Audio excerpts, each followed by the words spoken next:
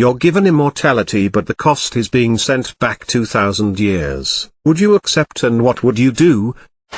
Yeah, I would set myself up pretty good. The real question is, what do you do on the tail end of that? You will be alive to see the end of the universe and whatever happens after. Edit, thank you stranger. That's my very first medal. I could do anything I wanted, probably just be a sneak archer again. This is lame, but I'd go to Jerusalem and wait 14 years, find out once and for all. Edit, my thinking was this: 2000 years ago is 19 AD. And Christ died in 33. Push the Roman Empire into having an industrial revolution, and see what happens. My language would be nearly incomprehensible. My clothes are nowhere else to be seen. I have info on things that don't exist yet. I can claim to be whatever I want, and chances are they'll be baffled. But here's my question: am I immortal? Or undying, aka I just won't die of old age? Or am I impossible to kill? Define immortality, lol. If I cut off an arm, does it regenerate, or am I armless for the rest of eternity? Wait, do I still age? If not, what age do I stay as? What if I die from non-natural cause? Hell yeah, I am a huge history nerd, so it would be really cool to see the last 2,000 years in real life. Plus, since I am immortal, no biggie if it takes a while to get back here. Furthermore, I would likely be rich as hell by the time I got back to my current life. Smile. Yes, live out history. Do it like the movies, and switch out identities every 20 to 40 years or so. Build my inheritance through it. Do everything I'd ever want to do and be set. Invent what I can when I can and go from there. I'd be okay to be alone. Go back. Claim to be a god. Never die. Have people begin to believe that I am, in fact, a god? Question mark. Prophet. Become the god emperor of mankind. Of course. Edit, thanks for the gold and silver.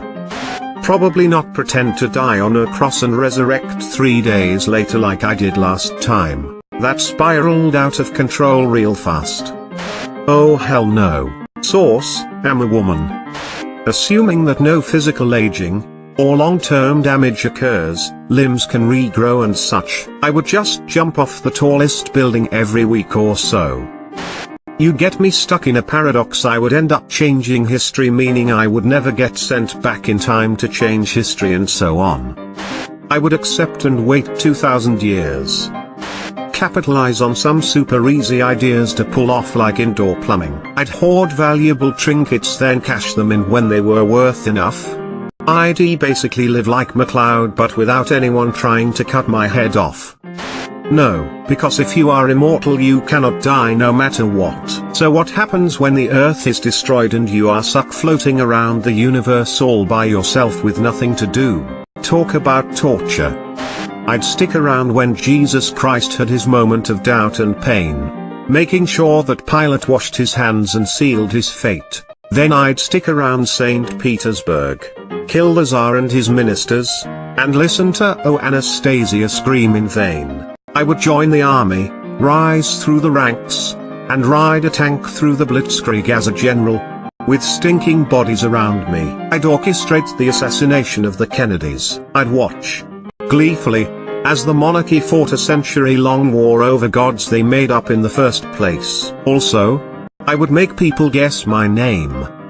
Is this the you live forever but can be fatally killed, or you are immune to ailments, toxins, bodily harm, etc., or you can be killed but resurrect every day type of immortality? Also, can I move it back to like 2400 years so I can hang out with Alexander the Great? Because truthfully that's the only thing I want to do.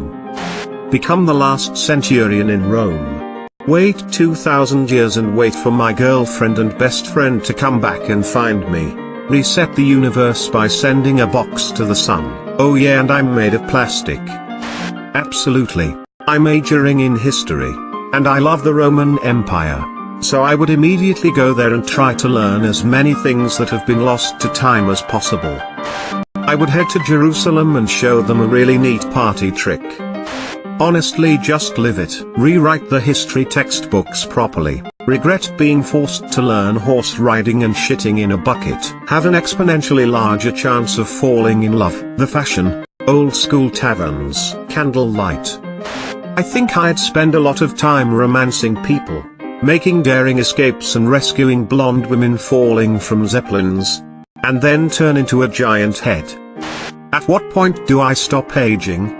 Or will I physically stay the same as I am now? If it's the latter, I might consider it, and if I do go back, I'll try to keep a low profile and move from place to place. I won't really do much to change history. But I'll probably keep a record of stuff that have been forgotten now, like Greek fire or how a real Damascus blade is made. So I'm unkillable, and have 2,000 years of advanced knowledge of the future, so that I basically seem to be a deity? Ever read God Emperor of Dune? Yup, charting the course of humanity from AD 19 ahead. I'd just wait, dormant, for about 1950 years, until I can invest in Apple. No way. I don't want to live forever. That sounds exhausting. As long as by immortality you mean, I couldn't die by any means. Didn't age and could pretty much heal any aspect of me which gets injured, I'd for sure go back. Fact and write some sort of huge history book detailing everything which happened, starting from when I got sent back to fill in on everything which happened in a first-hand account. Fact-checking everything we believe is history. I mean, obviously yes. What would I do? Any fucking thing I wanted to, and get fabulously wealthy from high-yield long-term investments. No, I know people like to fantasize about the idea of immortality, but in this situation I'd wager that a vast majority of people to take on this deal wouldn't make it anywhere close to 2,000 years. And even if they did, the advancement of technology and ease of access to communication would basically be like turning on hard mode when it comes to your mental state, which at that point would probably be teetering on complete and utter insanity. Supposing you were even one of the few that choose to live that long. Supposing anyone could even bear to live that long. Our body has an expiry date. Why wouldn't our minds? Think of all the things you'd witness and how long 2,000 years truly is. Especially with a modern mind that's so used to information being so easily accessible. Think you'll be fine with the internet, TV, radio, you'll just read books, right? Wrong. Sure, you'll come across some books. But chances are you're not going to see much at all for the first 1,400 years or so. Even then you'll need to have accumulated a lot of wealth to have access to books even remotely comparable to how you'd be used to today. But let's say you trudge through those first 1,000 or so years. You'll have heard or witnessed the rise and fall of empires. Probably bear witness to some fairly notable events. Heck, 2,000 years ago you'd probably get to hear some of the first or second-hand tellings of this Jesus dude that was so popular. But 1,000 years is a lot of the same stuff. Day in, day out. Sure, you've seen some awesome events, but the memories of all the things you witnessed via the internet would always have you craving more. Death will be on your mind more and more. But you hold out and you don't kill yourself. Books become more available, but it's not like you haven't read those. They're just suddenly easier to access. But what's really interesting is you start to hear about the Black Plague. You might have heard of the plague of Justinian but probably avoided it at the time. But even that doesn't fully compare to this. You start to think of how even you 1,000 years from now had heard of its devastation. The thought of death has riddled your mind for years, decades, centuries. War was too dangerous. Maybe you're immortal to even human means of murder, but it's not like you can't be captured and tortured for years. Probably labeled a demon and thrown in a dark hole. I know now you say, why would I want to see something as horrid as the Black Plague?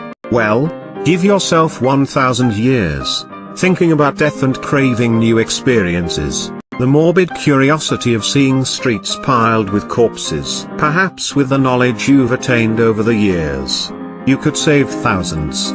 But here's something. Do you even care for people at that point? Early on you formed such great friendships, met a lover. People were enthralled by your vast and unique knowledge and stories. You stayed with them till the end, assuming the burden of living with an immortal being doesn't cause them to resent you. I mean, It's bound to happen at some point. Your second lover? Third? Do you always stick with them? Probably not.